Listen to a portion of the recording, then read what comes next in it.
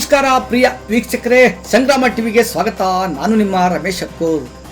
ಇವತ್ತು ನಿಮ್ಮ ಮುಂದೆ ಸಮಾಜವನ್ನು ತಿದ್ದುತ್ತಿಡುವ ಜವಾಬ್ದಾರಿ ಹೊತ್ತಿರುವ ಶಿಕ್ಷಕರೇ, ಸರ್ಕಾರಿ ನೌಕರರೇ, ಸಾರ್ವಜನಿಕರೇ, ಅದರಲ್ಲೂ ಹೆಣ್ಮಕ್ಳೇ, ಹೆಚ್ಚು ಬಡ್ಡಿ ಆಸೆಗಾಗಿ ಕೋಟ್ಯಾಂತರ ಹಣ ಕೊಟ್ಟು ಪಂಗನಾಮ ಹಾಕಿಸಿಕೊಂಡಿರೋರ ಬಗ್ಗೆ ಹೇಳ್ತೀನಿ ಕೇಳಿ. ವೀಕ್ಷಕರೇ, ಅತಿ ಆಸೆ ಗತಿಕೇಡು ಅನ್ನೋ ನೀತಿಕತೆ ಪಕ್ಕಾ ಒಪ್ಪುತ್ತೆ ಈ ಸ್ಟೋರಿಗೆ. 1 ಲಕ್ಷ ಡೆಪಾಸಿಟ್ ಮಾಡಿದ್ರೆ ಸಾಕು, ಪ್ರತಿ ತಿಂಗಳು ನಿಮ್ಮ ಅಕೌಂಟ್ಗೆ ನಂದಲ್ಲ ಅಂತ ಬೀಳುತ್ತೆ 9,000 ಬಡ್ಡಿ. ಅಲ್ಲೆಲ್ಲೆಲ್ಲೇ ಲಡ್ಡು ಬಂದು ಬಾಯಿಗೆ ಬಿಡ್ತು. ತಡೆಯಕ್ಕೆ ಬ್ಯಾಂಕ್ನಲ್ಲಿರೋ ದುಡ್ಡು, ಚಿನ್ನ ಅಡವಿಟ್ಟ ದುಡ್ಡು, ಕಡಿಮೆ ಬಡ್ಡಿಯ ಸಾಲ ದುಡ್ಡು ಕೊಟ್ಟು ಲಕ್ಷ ಲಕ್ಷ ಬಡ್ಡಿ ನೋಡ್ತಿದ್ದವ್ರಿಗೆ ಹೊಡೆದಿದೆ ಈಗ ಲಕ್ವ. ನಿಜ ಪ್ರಿಯ ವೀಕ್ಷಕರೇ, ಬೆಂಗಳೂರಿನ ಹೊಸಕೋಟೆಯಲ್ಲಿ ತಲೆ ಎತ್ತಿದ್ದ ಫ್ಯೂಚರ್ ಲೈಫ್ ಇಂಡಿಯಾ ಸೌಹಾರ್ದ cooperative society, my future life India finance limited Bombay ನಗರಿಯ ಬರೋಬ್ಬರಿ 500 ಮಂದಿಗೆ ಹೋಲ್ಸೇಲ್ ಹುಂಡೆನಾಮ ಬೆಳೆದೇ ಬಿಟ್ಟಿದ್ದಾರೆ. ಫುಟ್ಪಾತಿಗರೋ, ಡಿ ಗ್ರೂಪ್ ನೌಕರರೋ, ದಿನಗೂಲಿ ನೌಕರರೋ, ಬಡ ಮಧ್ಯಮ ವರ್ಗದವರು ಹುಂಡೆನಾಮ ಹಾಕಿಸ್ಕೊಂಡಿದ್ರೆ ಪರವಾಗಿಲ್ಲ, ಅವ್ರಿಗೆ ಏನು ಗೊತ್ತಿಲ್ಲ ಅನ್ಬೋದು.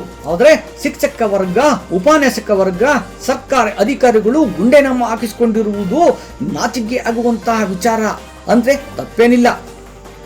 ಜಿಲ್ಲೆಯ ಜನರ ನಾಡಿಮಿಡಿತ ಸಂಗ್ರಾಮ ಟಿವಿಗೆ ಕರೆ ಮಾಡಿ ಸರ್ಕಾರಿ ಶಿಕ್ಷಕರೊಬ್ಬರು ಹೇಳ್ತಾರೆ, ಅಣ್ಣ ಮೊದಲು 1 ಲಕ್ಷ ಹಾಕ್ತೆ, ಪ್ರತಿ ತಿಂಗಳು 9,000 ಬಡ್ಡಿ, ಯಾರಿಗುಂಟು ಯಾರಿಗಿಲ್ಲ. ಸಾಲ ಮಾಡಿ 5 ಲಕ್ಷ ಹಾಕ್ತೆ, ಗೋವಿಂದ ಗೋವಿಂದ ಅಣ್ಣ, ಯಾರಿಗೂ ಹೇಳ್ಬೇಡಿ ಅಂತಾರೆ. ಅದಿರ್ಲಿ ಬಿಡಿ, 1 ಲಕ್ಷ ಡೆಪಾಸಿಟ್ ಮಾಡಿದ್ರೆ ಪ್ರತಿ ತಿಂಗಳು ಗಂಟೆ ಹೊಡೆದಂತೆ 9,000 ಬಡ್ಡಿ.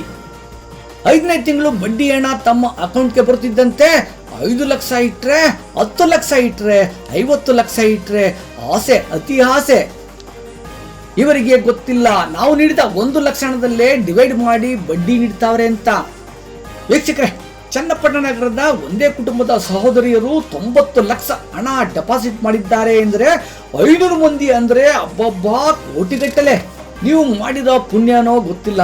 ಬೆಂಗಳೂರು ದಕ್ಷಿಣ ಜಿಲ್ಲೆಯ ಪುಣ್ಯಾತ್ಮ ಪೊಲೀಸಪ್ಪನವರು ಹಂಗೋ ಹಿಂಗೋ ದೂರು ಪಡೆದು ಹೆಚ್ಚು ಬಡ್ಡಿ ದಂಧೆಯ ಸೊಸೈಟಿಯ ಪ್ರೊಪರೇಟರ್, ಡೈರೆಕ್ಟರ್, ಮ್ಯಾನೇಜರ್, ಲೀಡರ್ಗಳನ್ನು ಸೇರಿ 5 ಮಂದಿ ಆರೋಪಿಗಳನ್ನು ಬಂಧಿಸಿದ್ದಾರೆಂದು ಸಂಗ್ರಾಮಕ್ಕೆ ಬಂದಿರುವ ಮಾಹಿತಿಯಾಗಿದೆ.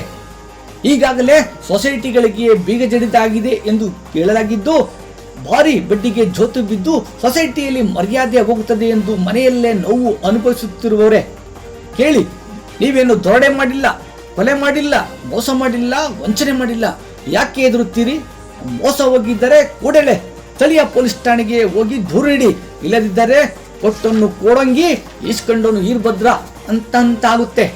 ವೀಕ್ಷಕರೇ, ಪ್ರತಿನಿತ್ಯ ಹಣಕಾಸು ವಂಚನೆಗಳು ನಡೀತಲೇ ಇವೆ. ಅದರಲ್ಲೂ ಅಕೌಂಟ್ಗಳನ್ನೇ ಯಾಕ್ ಮಾಡಿ ಹಣ ದೋಚುವ ಖತರ್ನಾಕ್ ಆನ್ಲೈನ್ ಕದಿಮರಿದ್ದಾರೆ. ಅಂತಹದರಲ್ಲಿ ಹೆಚ್ಚು ಬಡ್ಡಿಯ ಆಸೆ, ಚೈನ್ ಲಿಂಕ್ಗಳು ಹೆಚ್ಚಾದ್ರೆ ಮೋಜು ಮಸ್ತಿ ಪ್ರವಾಸದ ದುರಾಸೆಗೆ ದುಡಿದ ಹಣ, ಸಾಲದ ಹಣ ತಂದು ಯಾರಿಗೋ ಕೊಟ್ಟು ಬೀದಿಗೆ ಬರಬೇಡಿ.